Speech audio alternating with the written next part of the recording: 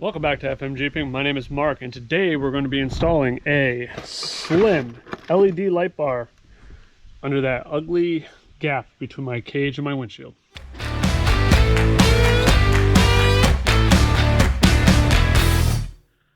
So something that's always bugged me about my cage since I first installed it is the gap above the windshield. Now, this is new cage builder error, kind of learned from experience. I used the A-pillar bar, and I pushed the cage up just a hair too much. I should have brought it down probably about an inch to hug that roof line a little bit better. But instead of just cutting the cage and redoing a lot, which I think is fairly aggressive, I went ahead and got a slim LED light bar to fill that gap. And it seems to do it nicely, or at least that's the plan. So I was going through Nilight's catalog, and those are the guys that I got this 8 accessory controller panel from. They offer a nice LED light bar that's slim. I think this is only about 1.5 inches tall, and it's pretty bright. So I'm going to go ahead and give that a shot. But like me, I can't leave anything alone and just install it the way it is. I'm going to go ahead and mount this to the cage, weld in brackets, so that way it's up there sturdy and it's not going to fall down. So to give you guys a kind of an idea, I'm going to go ahead and use my center point in my cage, which is this bar right here above my finger, as the center point. I'm going to measure the LED light bar, find its center, mount it up there, and then I'll show you guys what I'm going to do with the brackets here in a minute.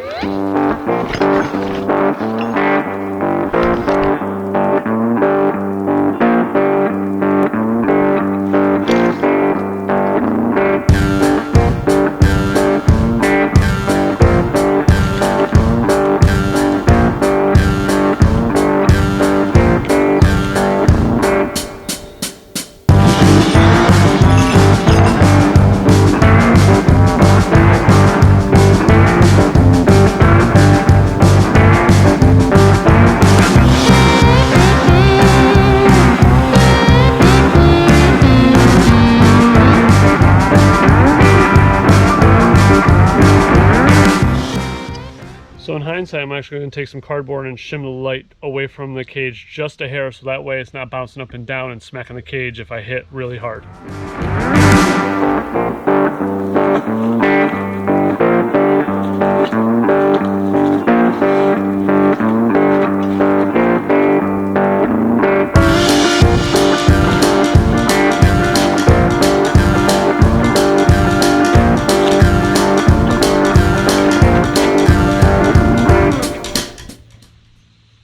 So we're about 1 7/8 inch from the center of my mounting point to the cage.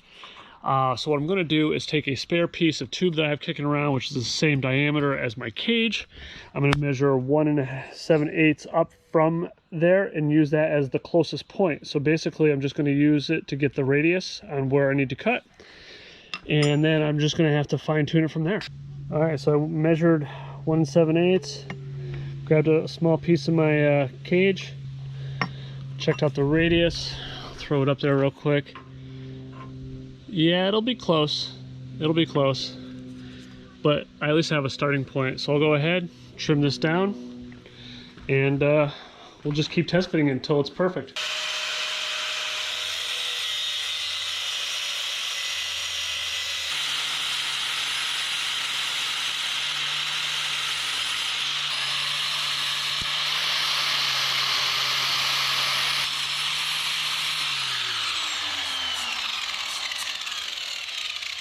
All right, we'll test that out.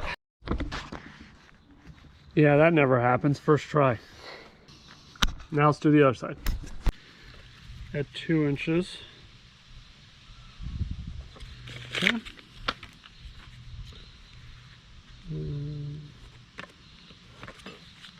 There we go. Let's go cut that out. All right, everything seems to line up pretty good. The radiuses could be a little bit better, but it's pretty close. So what I'm going to do, pull FM in the garage, clean up the spots, tack it in, burn it in, and then we can work on the wiring.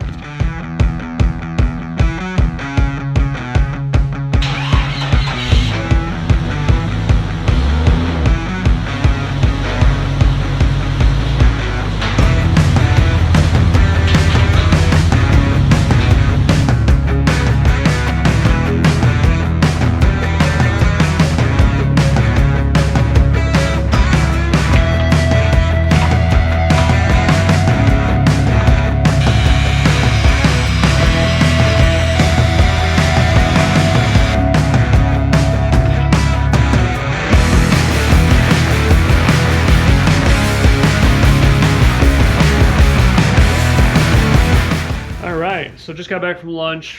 Right before lunch and after my camera died, I sprayed all the bare spots with black rubberized coating to kind of blend it in with the rest of the cage. So I let that dry. It's still a little tacky, but we can kind of forge ahead. So I'm just going to go ahead, clean up all my materials that I was using to hold the light up, and we'll start wiring. So the light now fully mounted and everything, I have a general idea on how I want to route the wire. I'm basically going to use the cage to kind of hide it, mount the wire underneath this drip rail, and then in between these two pieces of weather stripping here, and then get down to this area here, and then there's a gap between the fender well and the fender and the body. Through there into the engine bay, there's a little hole here, and then on this ridge that runs the entire width of the vehicle along with the main engine harness. And what's nice is if you have the Nilight 8-gang box, this is where I mounted it. All I have to do is plug in my ground and my positive.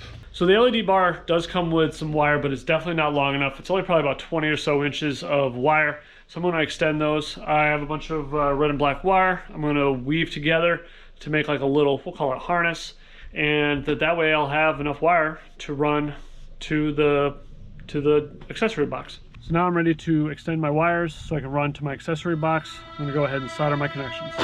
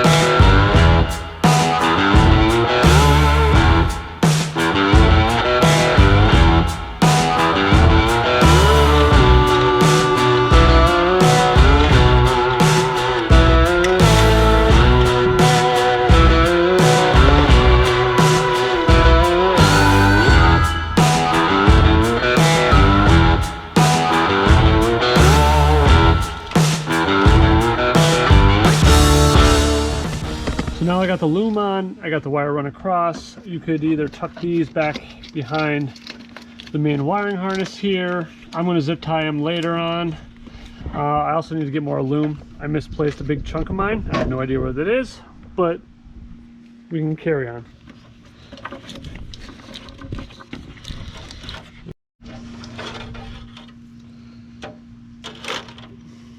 Wires for the most part routed. Can't really see it too much. I got my loose stuff here. I'm going to cut a couple inches, give myself a couple inches to work with, feed it up through the bottom of the box.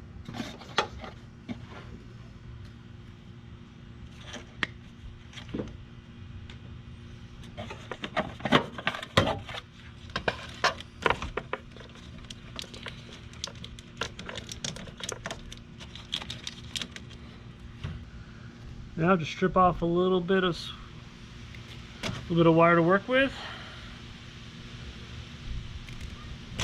Okay, get yourself a screwdriver, and that's the positive, that's the ground. Red goes to positive, black goes to ground.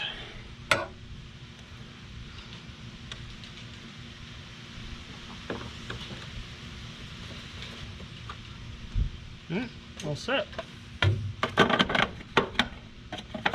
Now all that's left is just check, make sure we did it right. So off camera, I did wrap the exposed wire here in loom just to protect it a little bit, give it a little bit more protection from the elements. I still need to run more up here. I just ran short. But let's see how everything works. Okay, key on. I believe it's this one here.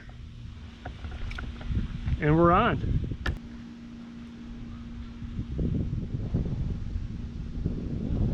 So one of the cool things about having this accessory box is assigning stickers. So this is, let's see here, we'll do light bar. Okay.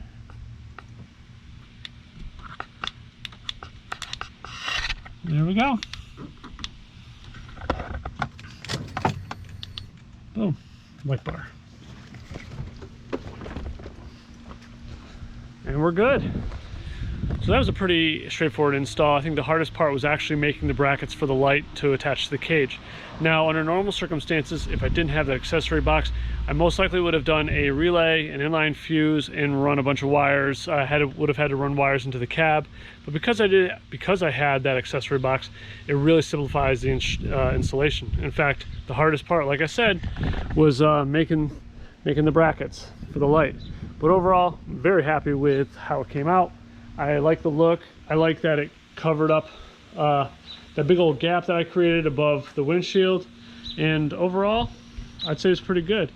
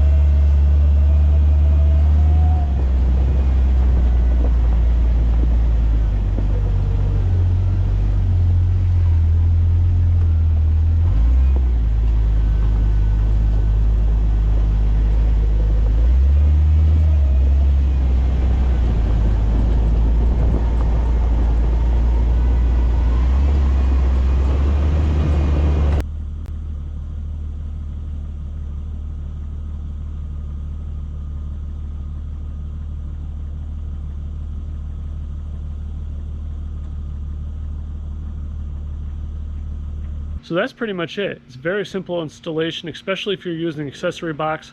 It's ground to ground, positive to positive, and you're done. You don't have to worry about inline fuses, you don't have to worry about relays, which is why under normal circumstances, if you don't have that accessory box, you would have to run all those extra wires. But this is 2 wires from the light to the box, done.